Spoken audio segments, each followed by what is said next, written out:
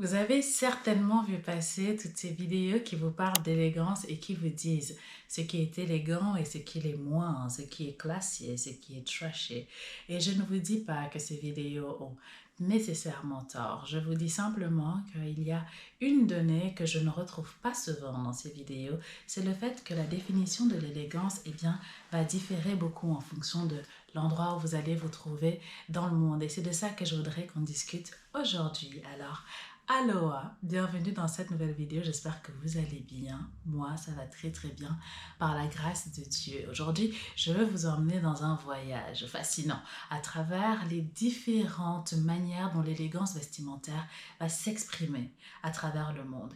Et ce que je veux vous faire comprendre, c'est que chaque culture a ses codes, a ses couleurs, a ses tissus, a ses propres façons de définir ce qui est beau et raffiné. Allons-y, commençons sans plus tarder. La première chose, j'aimerais parler de la dualité entre le minimalisme et l'extravagance. Quand on regarde toutes ces vidéos sur l'élégance, en général, elles sont filmées et racontées d'un point de vue européen. Donc on va souvent, très souvent, avoir justement ce rapport à l'élégance qui est simple, qui est sobre. On est sur un choix de couleurs très précis. Ça va souvent être du blanc, du beige, du noir. On est également sur des tissus aux couleurs unies la plupart du temps. Il y a cette phrase qui dit en mode ici, le moins c'est le plus. En Scandinavie également, l'élégance va reposer sur des lignes simples, sur des tons neutres et des pièces intemporelles. C'est une esthétique qui va être sobre, mais qui va mettre en avant surtout la qualité du tissu. On va bien faire attention à bien choisir des tissus dits nobles tels que la soie, le lin, etc. En Afrique de l'Ouest, tout au contraire, l'extravagance est reine. Et c'est le cas de le dire. Eh bien, les boubous, les akbadas qui sont faits souvent en basin ou en kente, sont magnifiquement colorés, richement brodés. Et ce sont des tenues qui sont faites pour émerveiller et raconter une histoire. Et donc, vous voyez bien là qu'on a une dualité qui est claire. L'élégance dans ces pays d'Afrique, c'est la couleur et presque le too much, si je puis dire. C'est dress to impress, literally. Ensuite, justement, j'aimerais qu'on fasse un deuxième point sur les bijoux.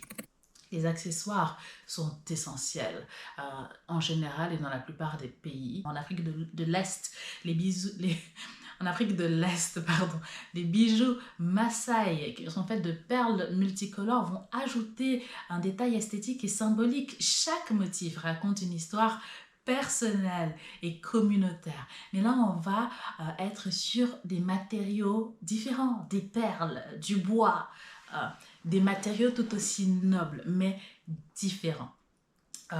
Et continuons. Troisième point, on continue sur les matériaux, justement les tissus. Encore une fois, en fonction de là où vous vous trouvez dans le monde, le choix du tissu va être globalement différent.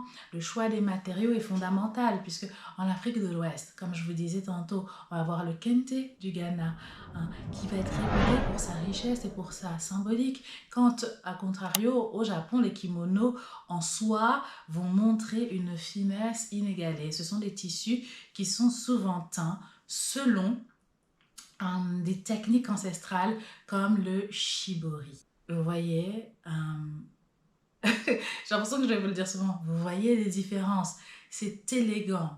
Il n'y en a pas un qui soit plus élégant que l'autre. Les deux sont élégants à leur manière. Parlons maintenant des formes et des coupes. Et il y a beaucoup de choses à dire, mais we will keep it simple. Donc, alors, quand on parle des formes et des coupes, encore une fois, ça change beaucoup. Vous allez vous retrouver notamment, par exemple, avec le caftan marocain, qui va être ample et orné. Et il va allier la sophistication à la sobriété. Tandis que, je prends beaucoup l'exemple de l'Afrique parce que je suis moi-même africaine et que vraiment la définition de l'élégance en Afrique varie énormément avec celle de l'Europe, eh bien, dans les cultures dans les cultures africaines, comme au Nigeria, les agbada et les rappers vont permettre une grande variété de styles. Vous en avez des plus ou moins près du corps, etc., tournés différemment en fonction du design, mais ça va toujours garder un aspect traditionnelle. Et ce qu'on retient souvent dans la définition de l'élégance, c'est la modestie, la décence.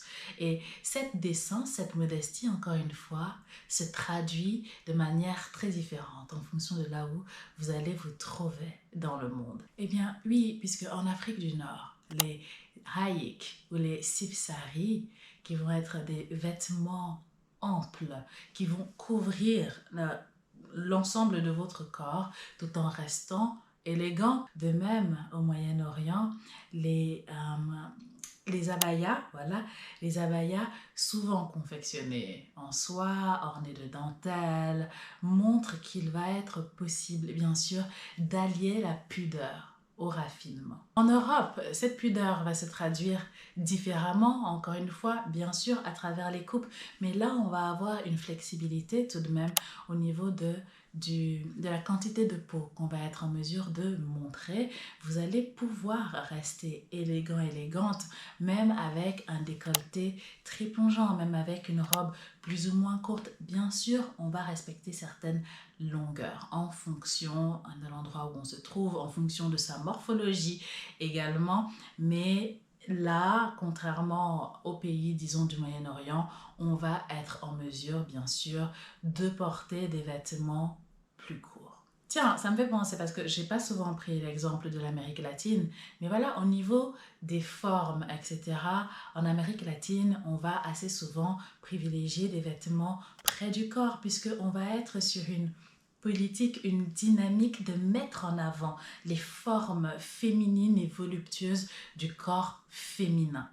Je vous parle de règles très générales et globales. Naturellement, on va pouvoir approfondir ces règles et ces différentes cultures dans d'autres vidéos qui vont venir au fur et à mesure parce que je pense faire une série justement du style vestimentaire et de l'élégance à travers le monde, celle-ci étant la première vidéo, mais je pense que ça peut être très intéressant d'étudier un petit peu plus en profondeur les subtilités de plusieurs cultures dans le monde.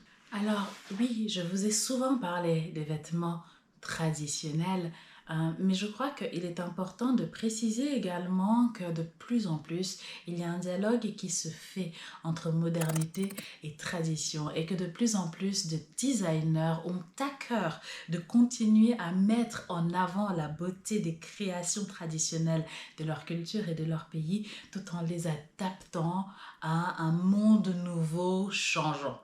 Bref, moderniser la culture. Ça va notamment être le cas, par exemple, en Afrique du Sud, de designers comme, alors je ne sais pas si j'ai bien prononcé le nom, mais de Ladoma Nksokolo, qui va moderniser justement les motifs Sosa pour créer des vêtements adaptés au quotidien.